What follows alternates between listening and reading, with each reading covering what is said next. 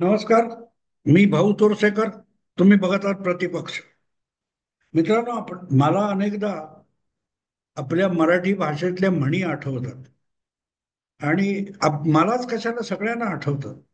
पण त्या म्हणी ज्या आहेत, या मला आठवण्याचं कारण असं आहे की एखादी कितीही गुंतागुंतीची गोष्ट असली तरी त्या मोजक्या शब्दामध्ये म्हणीतून एक चित्र स्पष्ट होतं. बैल गेला आणि झोपा गेला, अशी एक म्हण आहे आपल्या मराठीत. उशीर एखाद्या गोष्टीला उशीर झाला, ती वेळच्या वेळी कळली असती तर आपण वेळी सावध झालो असतो आणि नको त्या अडचणीत सापडलो नसतो किंवा आपलं नुकसान झालं नसतं, अशा अर्थाने ही म्हण वापरली जाते.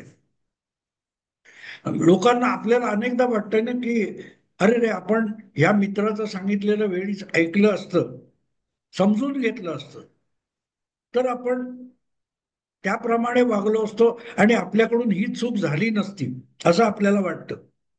पण ज्या वेळेला तो माणूस सांगत असतो, समजावत असतो, त्यावेळेला आपण त्याकडे ढुंकून बघायला तयार नसतो. आणि त्याचं एकच कारण आहे की आपण स्वतःला खूप शहाणे समजत असतो.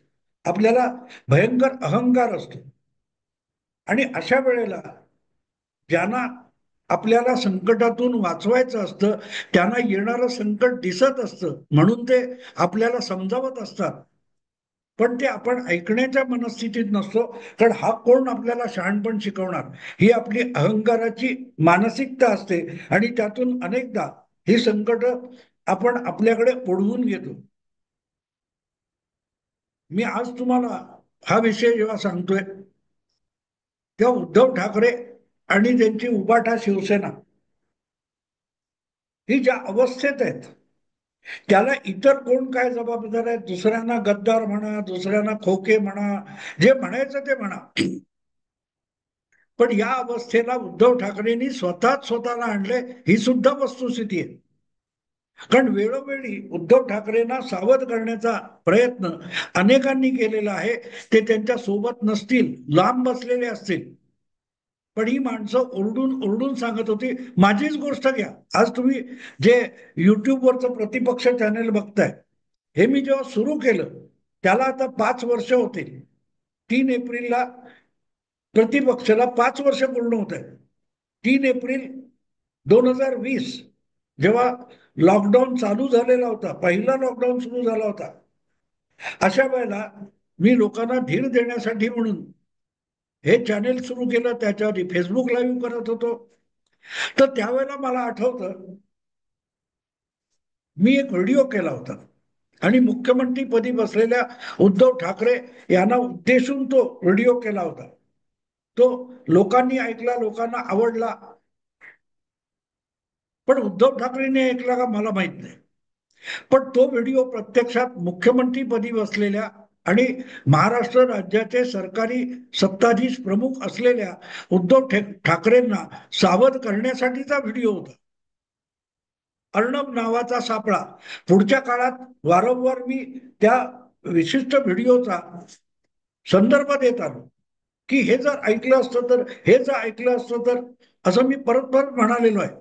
आणि त्याचं कारण असं होतं की अर्णब गोस्वामी जे काय प्रक्षोभक बोलतोय, त्यामुळे तुम्ही डिवचले जात असाल मुख्यमंत्री म्हणून. पण तुम्हाला सरकार चालवायचंय, अर्णब गोस्वामीला सरकार चालवायचं नाही. आणि म्हणून तुम्हाला कितीही राग आला तरी संयम राखा, अर्णब गोस्वामीच्या डिवचण्याकडे लक्ष देऊ नका, असा सावधानतेचा इशारा मी दिला होता. आणि म्हणून त्या माझ्या व्हिडिओचं शीर्षक होतं अर्णब नावाचा सापळा. तुम्हाला कोणतरी डिवचतं तेव्हा तुम्ही चिडून त्याच्या अंगावर जावं हीच अपेक्षा असते. अशा वेळेला तुम्ही चिडला नाही तर तुम्ही विवेकी पद्धतीने विचार करू शकता आणि आपल्यासाठी उपयुक्त असे निर्णय घेऊ शकता. उलट तुम्ही चिडचिड केलीत, रागारागाने काहीतरी करायला गेलात, तर तुम्ही स्वतःचा घात करू शकता. आणि म्हणून डिवचणारा जो असतो, तो एक प्रकारे तुमच्यासाठी सापळा रचत असतो, असं माझं मत आहे. आणि म्हणून मी तेव्हा मुख्यमंत्री असताना सत्तेची मस्ती चढल्यासारखे उद्धव ठाकरे आणि त्यांचे सवंगडी पक्षातले सहकारी वागत होते. तेव्हा त्यांना सावध करायचा प्रयत्न करत असतो. हे काही ती नशा आहे सत्तेची, ही तुम्हाला रसातळाला घेऊन जाईल. आणि आज काय अवस्था आहे वेगळं सांगायला नको. पण मी एकटाच होतो असंही बिलकुल नाही. मला आठवतं त्याप्रमाणे अनेक जण आपापल्या परीने उद्धव ठाकरेंना जरा सावध, जरा सबुरीने असे सल्ले देत होते. आणि त्यामध्ये मुंबईचे माजी पोलीस आयुक्त आणि ज्यांची देशामध्ये टॉप कॉप अशी एक प्रतिमा आहे, असे मुंबईचे माजी पोलीस आयुक्त ज्युलिओ रिबेरो यांचा समावेश होतो.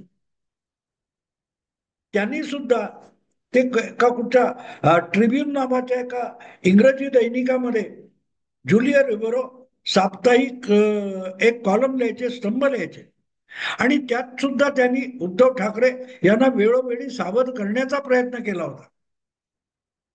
पण उद्धव ठाकरे तेव्हा मस्तीत होते. सचिन वाजे सारखा फार मोठा योद्धा आपल्या हाताशी आहे, परमवीर सारखा दणदणीत पोलीस आयुक्त आपल्या हाताशी आहे.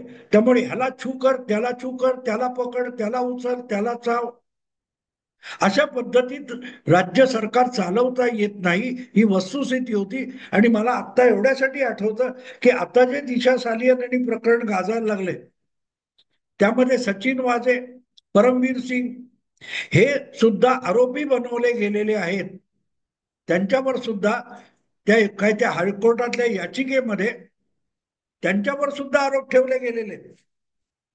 पण हे लोक आपल्या पाठीशी आहेत, म्हणजे कायदा आपल्याला पाहिजे तसा वळवताना वाकवता येतो, अशी नशेमध्ये उद्धव ठाकरे होते.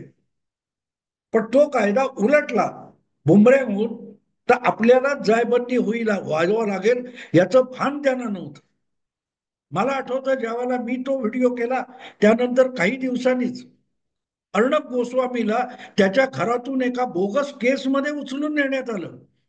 आणि कितीही त्याचा इन्कार केला, किंवा त्या कंगना राणौतच्या घरावर बुलडोजर पाठवला, कितीही इन्कार केला, तरी एक वस्तुस्थिती नाकारता येणार नाही की सूड बुद्धीनेच उद्धव ठाकरे वागत होते.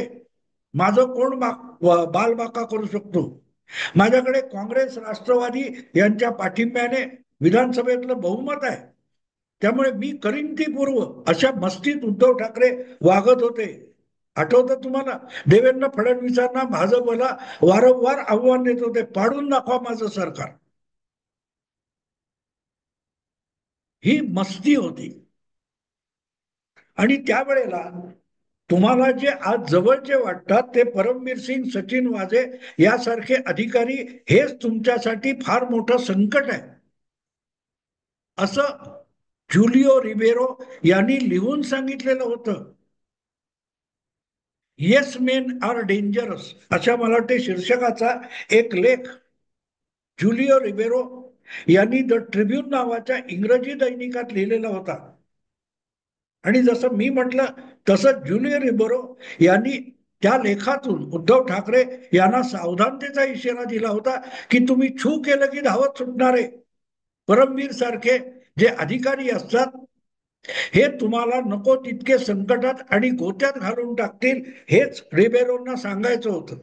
आणि रिबेरोंनी असे अधिकारी स्वतः चुकीचे निर्णय घेतात, कायद्याच्या मर्यादा ओलांडतात, आणि चक्क गुन्ह्याला आवर घालण्याऐवजी स्वतः गुन्हेगारीकडे गेल्यासारखे चालतात.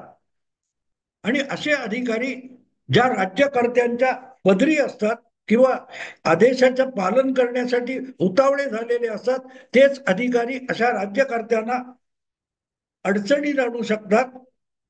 हे सविस्तर लेख लिहून रिबेरो यांनी सांगितलं होतं. परमवीर सिंग हा सुद्धा IPS झालेला, राष्ट्रीय पोलीस सेवेतला परीक्षा पास झालेला आणि प्रशिक्षण असलेला अधिकारी आहे. तसाच ज्युलिओ रिबेरो हे सुद्धा त्याच्याही खूप आधी वर्ष IPS झालेले अधिकारी होते. आणि या मर्यादा कुठे ओलांडल्या जातात? आपल्या हातात अधिकारी येतो, हातात बंदूक येते, पोलीस तुम्ही होता तर तुमच्या हातात बंदूक येते, हत्यार येते. पण ते हत्यार कुठे वापरायचं, कुठल्या परिस्थितीत वापरायचं, याचा संयम राखला पाहिजे. त्या हत्याराला ती लगाम लावलेला असतो, जबाबदारीचा लगाम लावलेला असतो. हत्यार हाती आहे, पण त्याचा अत्यंत जबाबदारीने वापर केला पाहिजे, हे सुद्धा एक प्रकारे त्या अधिकाऱ्याला प्रशिक्षित केलेलं असतं. पण सत्ता आणि अधिकाराची जी मस्ती असते, आणि त्यामुळे तुम्हाला आठवत असेल अर्णबच्या घरी ते एवढे कमांडो घेऊन गेलेला सचिन वाजे ज्या मस्तीमध्ये बोलत होता, वागत होता, उचला त्याला. अगदी नारायण राणेंच्या अटकेच्या वेळेला पत्रकार परिषदेमध्ये बसलेले अनिल परब मंत्री होते, तरी त्याला उचला अशी ते कुठच्या तरी त्या राज्य रत्नागिरीच्या पोलीस निरीक्षकांना आणि सुपरिटेंडंटला सांगत होते. ही सत्तेची नशा असते. आणि हे तुमचे आदेश तसेच्या तसे पालन करणारे अधिकारी कायदा मोडतात आणि उद्या तेच संकट होऊन तुमच्या गळफास होऊन जातं. आज दिशा सालियन, सुशांत सिंग राजपूत ही प्रकरण जी अंगाशी आलेली आहेत, सत्ता गेली आहे, सत्ता हातात होती तेव्हा उद्धव ठाकरे या सत्तेच्या दबावाखाली, शासकीय यंत्रणेच्या दबावाखाली हे सगळे विषय दडपून टाकू शकत होते. पण आज सत्ता नाहीये, सत्ता गेली आहे. जी एक आमदारांची प्रचंड मोठी 56 आमदारांची ताकद त्यांच्या पाठीशी होती, ती पण गेलेली आहे. पक्षाच्या संघटनेची ताकद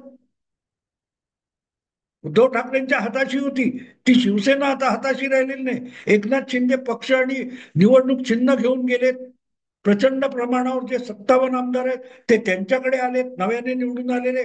तुम्हाला परत तितके आमदार सुद्धा निवडून आणता आलेले नाहीत, आणि उरले सुरले पदाधिकारी आणि आमदार हे सुद्धा उद्धव ठाकरेंकडे थांबायला तयार नाहीत. इतकी अगतिक अवस्था आहे. आणि ही सगळी अवस्था असताना, त्यावेळेला सत्ता हाताशी असताना जो उर्मटपणे वागलं गेलेलं आहे, कायदा आणि नियम धाब्यावर बसवलेले आहेत, ते सगळे गळफास बनवून अंगावर बुमरॅमसारखे उलटलेले. आणि नेमकी तीच गोष्ट रिबेरोनी सांगितली होती. आणि मला वाटतं रिबेरोनी यासाठी पोलीस अधिकारी, प्रशिक्षण, एकापेक्षा एक जुने गाजलेले अधिकारी यांची उदाहरणं त्या लेखामध्ये दिली होती. मला आठवतं त्यामध्ये त्यांनी सीबीआयचे एक प्रतिष्ठित आणि मान्यवर असे निवृत्त अधिकारी राघवन यांचं उदाहरण रेबेरोंनी आपल्या लेखामध्ये दिलं होतं.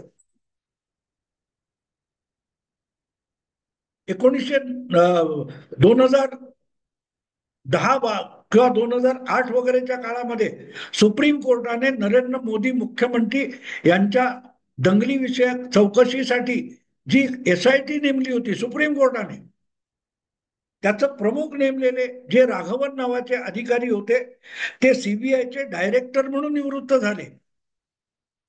ते राघवन हे अगदी नवे अधिकारी होते आणि तमिळनाडू केडर जे होते, तमिळनाडू सरकारमध्ये, तमिळनाडू पोलीस सेवेमध्ये ते बडे अधिकारी म्हणून काम करत होते.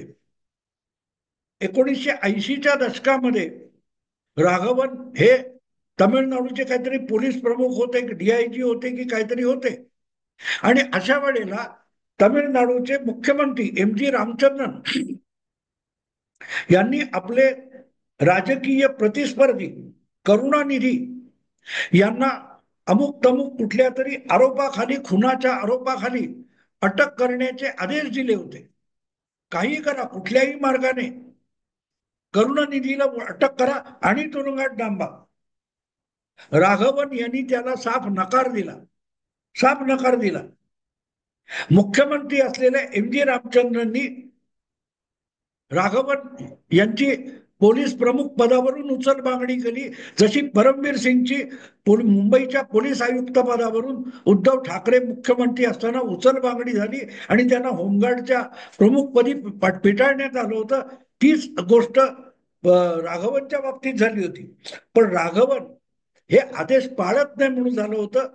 आणि परमवीर सिंग यांनी कायद्याची इतकी पायमल्ली केली होती की ते सगळं उलट सरकारवर उलटणार म्हणून त्यांचा त्या वाझे प्रकरणात त्यांना उचलून बाजूला केलं होतं. पण सांगायचा मुद्दा असा की राघवन यांच्या बाबतीत जे झालं ते रिबेरो एवढ्यासाठी सांगत होते की त्यामुळेच राघवन यासारख्या अधिकाऱ्याची देशभर ख्याती वाढली.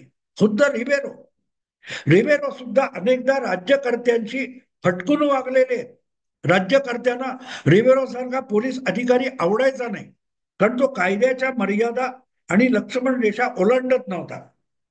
आणि म्हणून आपला आदेश पाळणारा अधिकारी राज्यकर्त्याला, सत्ताधाऱ्याला आवडतो, राजकारण्याला आवडतो. कारण आपली कुठलीही पाप किंवा पापकर्म करायला तो पोलीस अधिकारी उपयुक्त ठरत असतो किंवा पापकर्म दाबायला उपयोगी पडत असतो. पण जेव्हा ती पापकर्म उलटी यायला लागतात अंगावर, तेव्हा मात्र तो अधिकारी तुम्हाला वाचवू शकत नसतो. हाच ज्युलियो रिबेरो यांच्या लेखाचा सगळा गाभा होता, आशय होता. मला आठवतं मध्यंतरी मुंबईच्या सॉरी कुठच्या तरी अशा IPS नवे झालेले IPS अधिकारी यांच्या प्रशिक्षणाचा शेवट झाला आणि त्यांना काही ती IPSची उपाधी बहाल करण्यात आली. त्यासाठी जो समारंभ दिल्लीमध्ये झाला होता, विज्ञान भवन वगैरे, त्या प्रशिक्षणार्थी आणि पास झालेल्या IPS अधिकाऱ्यांना मार्गदर्शन करताना नरेंद्र मोदी यांनी एक आठवण सांगितली की या सगळ्या नव्या अधिकाऱ्यांना प्रशिक्षित करणारा जो अनुभवी पोलीस अधिकारी होता IPS, तो आपल्या आयुष्यात कधी आला हे मोदींनी सांगितलं. की मोदी जेव्हा नवे मुख्यमंत्री झाले आणि त्यांना त्या सुरक्षा कवचामध्ये राहायची सवय नव्हती, अशा वेळेला ते लोकांमध्ये मिसळायचे. अशा वेळेला तुलनेने नवखे अननुभवी असलेले IPS अधिकारी हे त्यांची सुरक्षा करत होते. आणि त्या अधिकाऱ्यांनी मुख्यमंत्र्यालाही ठणकावून सांगितलं, तुम्ही मनात येईल तेव्हा कोणाचेही हस्तांदोलन करायला पुढे जाऊन चालणार नाही, तुमच्या सुरक्षेची जबाबदारी आमच्यावर आहे. आणि UR म्हणजे मुख्यमंत्री हा व्यक्ती म्हणून जगू शकत नाही, त्याला राज्याचा प्रमुख म्हणून काही नियम पाळावे लागतात. आणि ते नियम तुम्हाला सांगणं आणि तुम्हाला राखणं, रोखणं हे माझं कर्तव्य आहे, असं ठणकावून मुख्यमंत्र्याला त्यांनी सांगितलं होतं. न घाबरता सांगितलं होतं. आणि तोच अधिकारी आज दीर्घ काळानंतर तुम्हाला प्रशिक्षित करतोय, ही आठवण मुख्यमंत्री पंतप्रधान म्हणून नरेंद्र मोदींनी या नव्या अधिकाऱ्यांना सांगितली. कर्तव्य हे फार महत्वाचं असतं कायद्याच्या. आणि जे कर्तव्याच्या पलीकडे जाऊन आपल्या राज्यकर्त्या बॉसना, पॉलिटिकल बॉसना येस सर म्हणतात, असे लोक स्वतःलाही गोत्यात घालतात आणि त्या राज्यकर्त्यालाही गोत्यात घालतात. हाच ज्युलियो रिबेरो यांच्या त्या लेखाचा आशय होता, गाभा होता. भाऊ जोरसेकरने काय बोललाय त्याच्याकडे दुर्लक्ष करा, पण रिबेरो सारखा एक प्रशासनातला दांडगा, अनुभवी आणि जगन्मान्य असा पोलीस अधिकारी जेव्हा परमबीर सिंग वगैरे सारख्या लोकांबद्दल सावध राहा, हे तुम्हाला गोत्यात घालतील, असं उद्धव ठाकरेंना सांगत होते, तेव्हा उद्धव ठाकरेंनी तिकडे ढुंकून बघितलं नाही. किंबहुना रिबेरो काय सांगतायत त्याचा अर्थही समजून घेण्याच्या मनस्थितीमध्ये त्या काळामध्ये उद्धव ठाकरे नव्हते. इतकी उद्धव ठाकरेंना सत्तेची नशा चढलेली होती. उद्धव ठाकरे कशाला, आदित्य ठाकरे सुद्धा आपण छू करायचं की पोलिसांनी धावायचं असं त्यांना वाटायचं. पण ज्या वेळेला असे अधिकारी तुम्हाला पुढच्या काळात कायदा गोत्यात आणेल असा सावधानतेचा इशारा योग्य वेळी देऊन तुम्हाला रोखत नाहीत, ते तुमचे आदेश पाळणारे गुलाम समजता तुम्ही, पण ते तुमचे सगळ्यात जवळचे शत्रू असतात. हेच रेबेरोंना त्या लेखातून सांगायचं होतं. आणि आता ज्या प्रकारे या दिशा सालियन प्रकरणामध्ये अगदी परमवीर वाजे यांना आरोपी करताना हायकोर्टापर्यंत मामला गेलाय, आणि नाही म्हटलं कितीही दाखवत नसले तरी आदित्य ठाकरे आणि उद्धव ठाकरे यांच्यावर ते सगळं प्रकरण जे उलटलेलं आहे, ते राजकारण सोडून ते निस्तरत बसण्याची वेळ आलेली आहे. पण ही वेळ का आली? ही वेळ का आली? आमच्यासारखे जे लोक किंवा रिबेरो सारखा अनुभवी माणूस तुम्हाला सावधानतेचे इशारे देत होता, तो सावधानतेचा इशारा जर उद्धव ठाकरे योग्य वेळी पालन करू शकले असते तर, किंबहुना असा सल्ला देणारे, सावधानतेचा इशारा देणारे किंवा रिबेरोन सारखा इशारा देणारे काय सांगतायत हे उद्धव ठाकरेंना त्यावेळेला उमजलं असतं किंवा उमगलं असतं तर आज हे दिशा प्रकरण, सुशांत प्रकरण ही सगळी अंगावर उलटली नसती. सत्ता ही नशा असते, पण ती नशा पचवता आली नाही तर ती तुम्हाला रसातळाला घेऊन जाते, आणि अशा वेळेला सावधानतेचे इशारे देणारे हे शत्रू वाटायला लागतं. मग तो भाऊ तोरसेकर पण तुमचा शत्रू असतो, रिबेरो तुमचा नावडता होऊन जातो, पण तेच तुमचे खरे हितचिंतक असतात, जे तुमच्या चुका होत असताना, घडत असताना तुम्हाला सावध करायचा प्रयत्न करतात. असो मित्रांनो, त्याला काय म्हणतात, बैल गेला आणि झोपा गेला. आता सगळं घडून गेलेलं आहे. आमची भविष्यवाणी खरी ठरली याचा आनंद होण्यापेक्षा दुःख आहे की आपण एका राजकारण्याला वाचवून पाहत होतो, पण तो स्वतःलाच धोका झालेला होता. आदित्य ठाकरे आणि उद्धव ठाकरे हे स्वतःसाठीच एक धोका बनलेले होते, आणि आता ते स्वतःच निर्माण केलेल्या धोक्यात फसलेले. आत्ता इथे थांबतो. आवडलं लाईक करा, शेअर करा, आणि प्रतिपक्षाला सबस्क्राईब करा. नमस्कार.